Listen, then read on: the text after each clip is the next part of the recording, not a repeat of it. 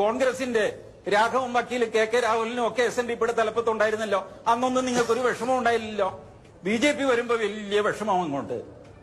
ഞങ്ങൾക്ക് നിങ്ങൾ അയിത്തം കൽപ്പിക്കും തോറും ഗോവിന്ദ മാഷെ ഞങ്ങൾ കൂടുതൽ കേരളത്തിൽ വളർന്നുകൊണ്ടിരിക്കുകയാണ്. നിങ്ങളും അയിത്തം കൽപ്പിച്ചു, രാജ്മോഹൻ ഉണ്ണിത്താന്റെ പാർട്ടിയും അയിത്തം കൽപ്പിച്ചു. തൊട്ടും തൊടാതെയൊക്കെ ഞങ്ങളെ നിർത്തിയിരിക്കുകയാണ്.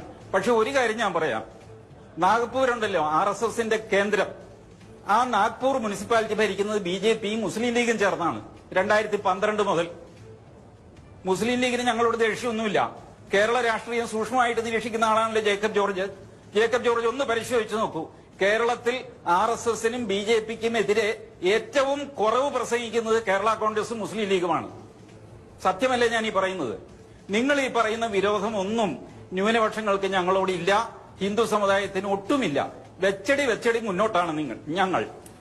ഈ തെരഞ്ഞെടുപ്പ്, വരാൻ പോകുന്ന തെരഞ്ഞെടുപ്പിലുള്ള സ്ഥിതിയും അത് തന്നെയാണ്. കാരണം വെച്ചാൽ BJP അല്ല ഇവിടെ ശത്രു, പക്ഷേ ഇവിടെ CPM ആണ്. പക്ഷേ ഒരു തെരഞ്ഞെടുപ്പ് കൂടി അവർ ജയിക്കുക എന്ന് പറഞ്ഞാൽ ഇനിയൊരു തെരഞ്ഞെടുപ്പിൽ അവർ ജയിക്കാൻ പാടില്ല.